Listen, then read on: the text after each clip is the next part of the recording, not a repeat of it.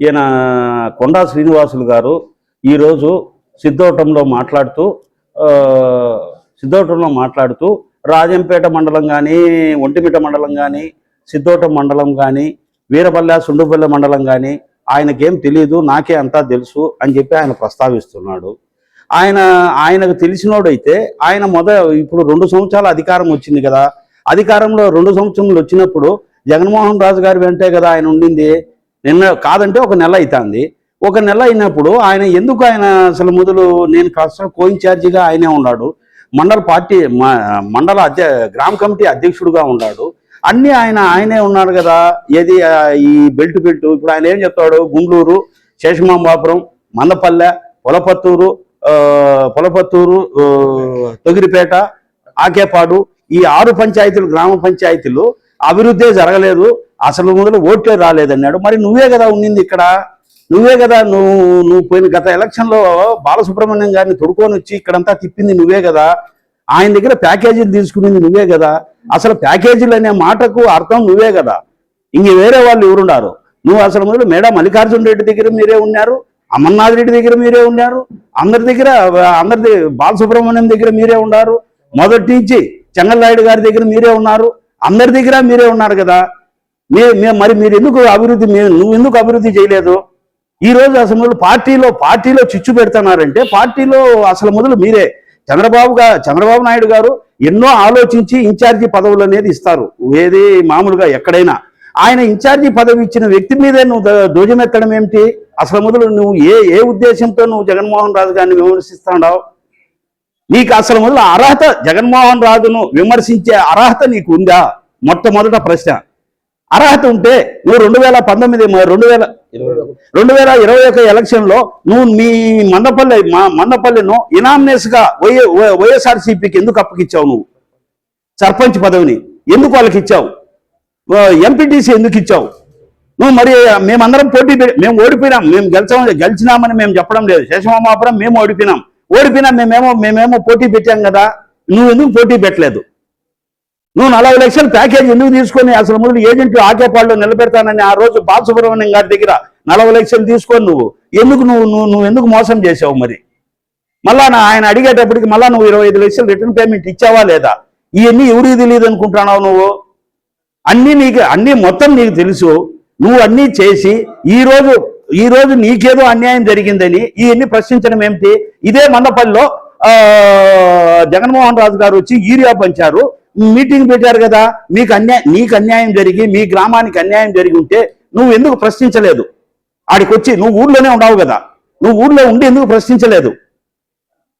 రెండో విషయం వచ్చేసి అన్నమయ్య డ్యామ్ అని నీకు అంత ప్రేమ ఉండేటప్పుడు అన్నమయ్య డ్యామ్ పునాలించి మన బోయినపల్లికు మన సీఎం గారు వచ్చారు కదా, దాంట్లో రిప్రజెంటేషన్ ఇచ్చి దాన్ని ఎంటబడి అన్ని చేసినాడు కాబట్టే ఈరోజు మామూలుగా మొన్నగానే మేము అందరం పోయి మామూలుగా ఇక్కడ అన్నమయ్య డ్యామ్ పరిశీలించాం. దానికి కరకట్టలు అన్ని కడతారు, 730 కోట్లతో శాంక్షన్ చేశారు అని చెప్పి జగన్మోహన్ రాజు గారు మామూలుగా దాని గురించి చెప్పారు కదా. ఏం నీకు కళ్ళు కనపడలేదా? నీకు చదువు రాదా? నువ్వు ఇంతమందికి పిఎల్గా ఉన్నోడికి నీకు తెలియదా? ఆయనకి ఏం తెలియదంట, ఈయనకు తెలుసు అంట. నువ్వు క్లస్టర్ కో-ఇన్ఛార్జిగా ఉన్నోడికి నీకు 6 మండలాల గురించి ఎలా తెలుసు? ఆయనకి ఎలా తెలియకుండా పోయింది జగన్మోహన్ రాజు గారికి?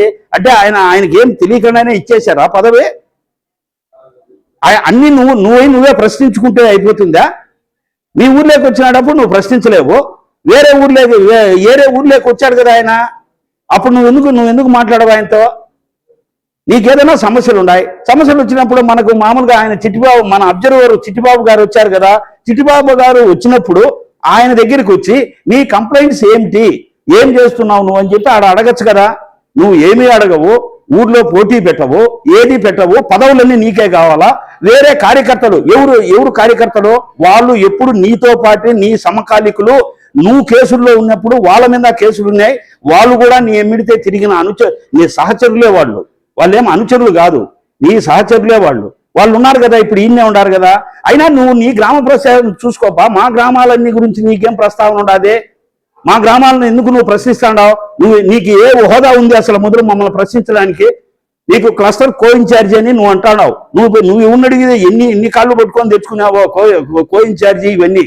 నీకన్నా మేము మండలంలో నీకన్నా ముందు మేము పార్టీలో ఉన్నాం, నీ కార్డు నా కార్డు కానీ కాబట్టి దాంట్లో చూద్దాం. మేమందరం ఎన్ని రోజుల నుంచి పార్టీలో ఉండామో, నువ్వు ఎన్ని రోజుల నుంచి పార్టీలో ఉండావో ఒక విషయం తేల్తుంది.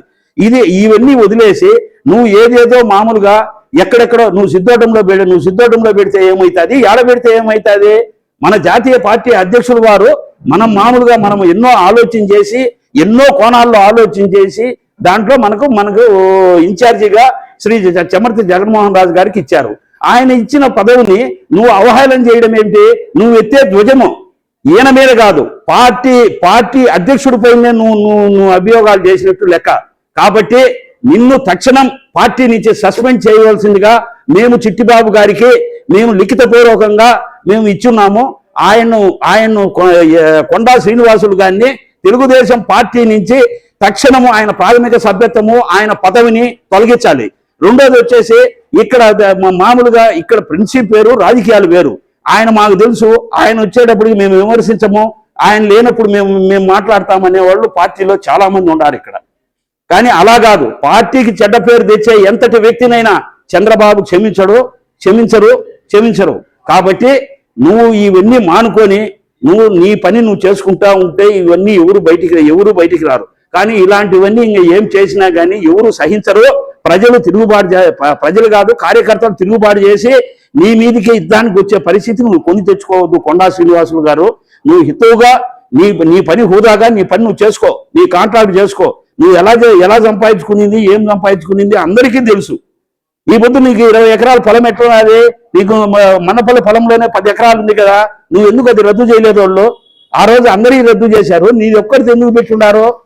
నువ్వు 3 గోకులాలు కట్టించుకున్నావు, నువ్వు ఇవి ట్రాక్టర్లు తీసుకున్నావు. ఎవరైనా ఏమన్నా ప్రశ్నించినారా? కార్యకర్త సంపాదించుకొని లేని అందరూ గమ్మని ఉన్నారు. ఈ రోజు వాళ్ళు ఎవరన్నా కానీ వచ్చితే వాళ్ళు కార్యకర్తలు కాదంటావు. నువ్వే అసలైన కార్యకర్త అయినప్పుడు నువ్వు ఎందుకు ప్రశ్నించలేదు? కాబట్టి ఇవన్నీ ఆలోచన చేసి నువ్వు ఆత్మవిమర్శ చేసుకొని, నువ్వు చదువుకున్న వ్యక్తివి, నువ్వు అందరికీ మొత్తం రాజంపేట ఎమ్మెల్యేలు ఎవరు వచ్చినా నువ్వే పిఏ. నువ్వు ఎన్ని షిఫ్ట్ ఆపరేటర్లు ఉద్యోగాలు సంపాదించుకున్నావో అయ్యిగానే ఉన్నాయి లిస్టు. వాళ్ళు ఎంత డబ్బులు ఇచ్చింది అన్ని నీ మీద రిపోర్ట్ మొత్తం ఉంది పార్టీ ఆఫీస్ దగ్గర. కాబట్టి నువ్వు సారికి ఈయన మామూలుగా పార్టీ ఇన్ఛార్జి మీదకి నువ్వు మాట్లాడడం సబబు కాదు. నీ క్యాడర్కి తగదది. నువ్వు ఇన్ఛార్జిని ప్రశ్నించే స్థాయి నీకు లేదు అసలు. మొదలు నువ్వు ఏ స్థాయితో ఏ ఉద్దేశంతో నువ్వు ప్రశ్నిస్తాడో. కాబట్టి ఇవన్నీ ఆలోచన చేసుకొని నువ్వు హోదాగా నువ్వు కానీ ప్రవర్తించు, అందరికీ మంచిగా ఉంటుంది. ఇందులో పార్టీకి చెడ్డ పేరు తెచ్చి లైనప్ తప్పే వాళ్ళను ఎవరినైనా పార్టీ నుంచి సస్పెండ్ చేయవలసిందిగా పార్టీ అధ్యక్షుడు మేము